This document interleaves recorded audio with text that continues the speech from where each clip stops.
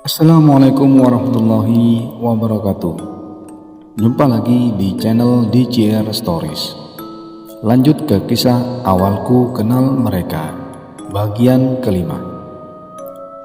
Tapi sebelum saya bacakan tweet dari Mas Angga Adikusuma, silakan tekan tombol subscribe, like, dan share untuk mendukung channel ini.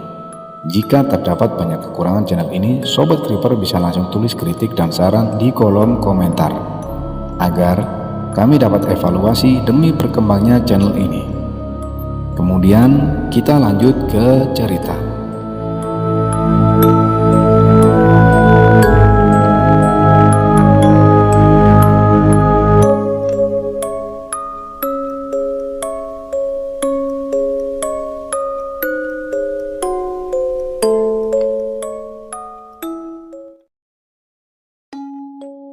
Awalku kenal mereka.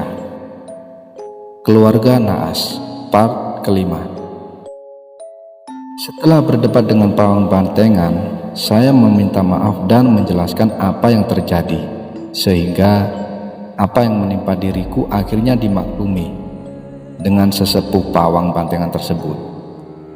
Saya akhirnya dibantu untuk segera keluar dari permasalahan tersebut. Beliau meminta nama lengkap dan weton serta nama dari almarhum ibu saya. Setelah bertukar nomor HP, besoknya saya dihubungi beliau dan sesegera untuk berkunjung ke tempat beliau di daerah PCT sebelum pemandian yang terkenal di sana, di Dusun Es. Dan yang menjadi perhatian saya hingga meninggalkan rasa prihatin yang mendalam, selama perjalanan menuju rumah beliau, saya bertemu dengan sosok arwah sekeluarga, lelaki, wanita, dan sosok anak kecil perempuan sekitar umur 10 tahun dengan keadaan mengenaskan.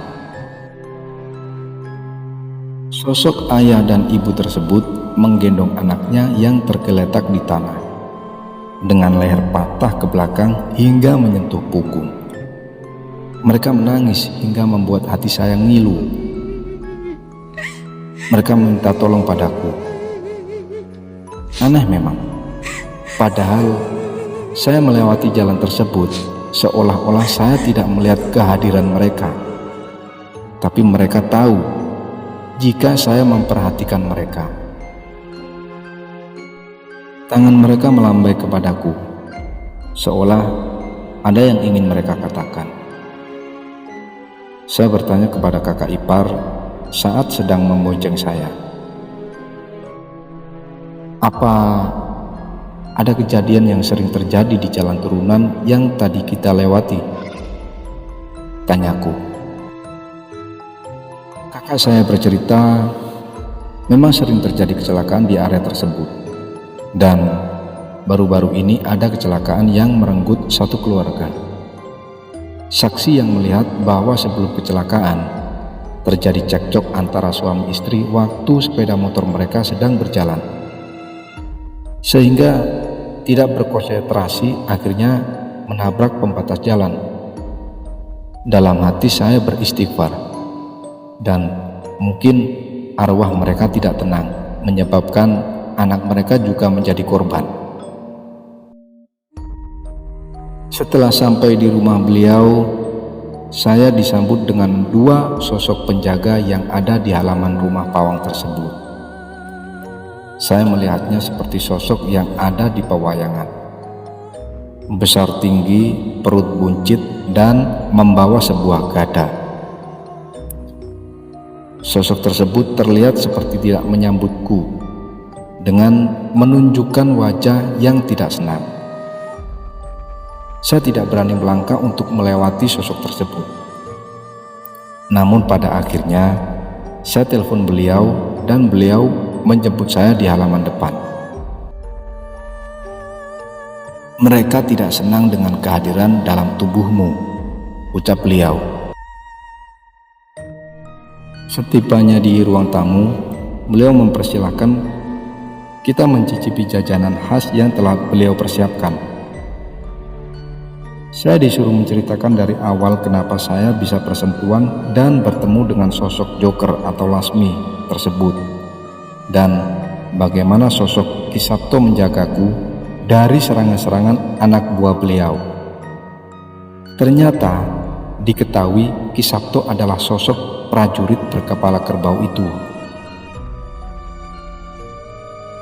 Setelah saya bercerita awal mula persentuhan dengan dunia gaib yang sudah saya jelaskan di part pertama, hingga bertemu putri atau bos Ki Sabto, akhirnya beliau menyimpulkan bahwa sosok Joker ini biang masalahnya.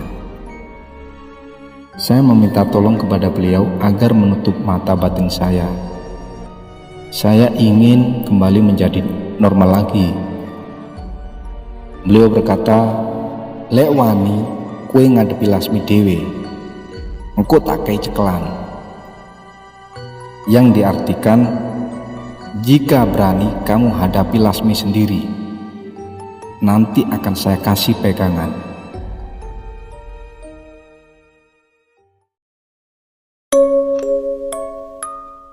Bagaimana kelanjutan kisah dari Mas Angga Adikusuma? Nantikan di channel DJR Stories.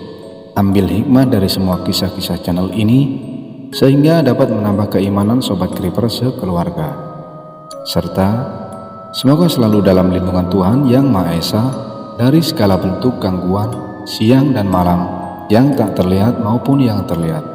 Billahi taufik wal hidayah. Wassalamualaikum warahmatullahi wabarakatuh.